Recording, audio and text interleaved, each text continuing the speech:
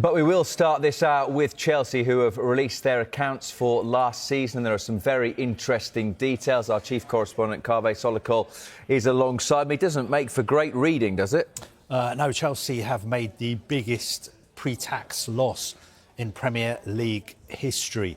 In their accounts for 2024-25, their pre-tax loss is £262 million. The previous highest pre-tax loss in Premier League history was back in 2011 when Manchester City lost £197 million. Now, Chelsea have filed their accounts with Companies House. These are accounts which are for the year ending the 30th of June 2025, so last summer. And they have published some details from those accounts on their website. We haven't seen the full accounts yet. Now, this is for a period during which, at the end of the season, Chelsea finished fourth. They also won the Conference League, and it partially covers the period in which they won the Club World Cup last summer as well. Their revenue for the year was £490 million. That is the second highest revenue Chelsea have ever had. The reason it went up to £490 million is because they finished fourth in the Premier League. They would have got more money from the Premier League. They won the Europa Conference, and they would have been able to bank some of the money that they earned from the Club World Cup, which was, I think, in total around £87 million. Match day income for them was about £86 million.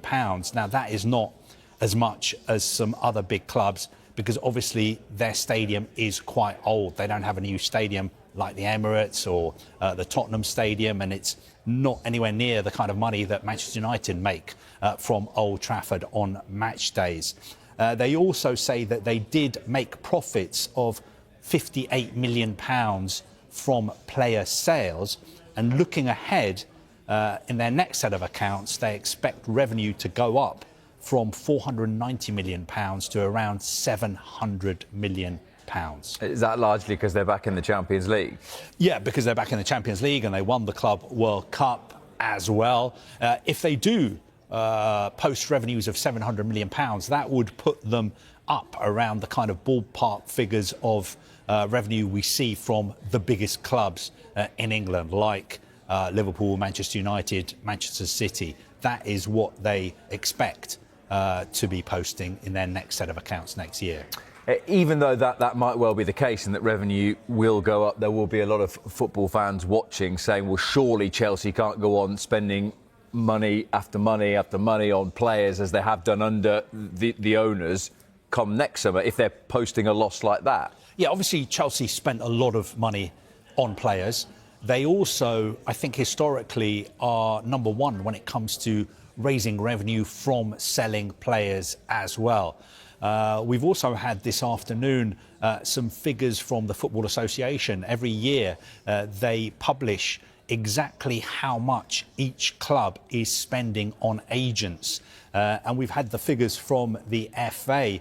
Chelsea, in the period from February 2025 to February 2026, spent just a little bit over £65 million on agent fees.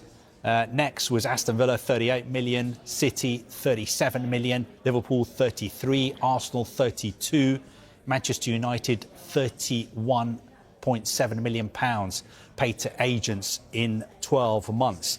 To compare, those are the top six. The bottom three are Burnley, who spent £7 million on agents, Fulham, £11 million, and Brentford, £12 million.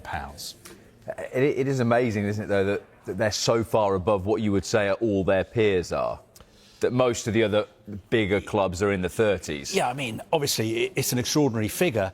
And the other extraordinary figure is if you add up all the money that Premier League clubs are spending on agents in a 12-month period, it's almost £500 million.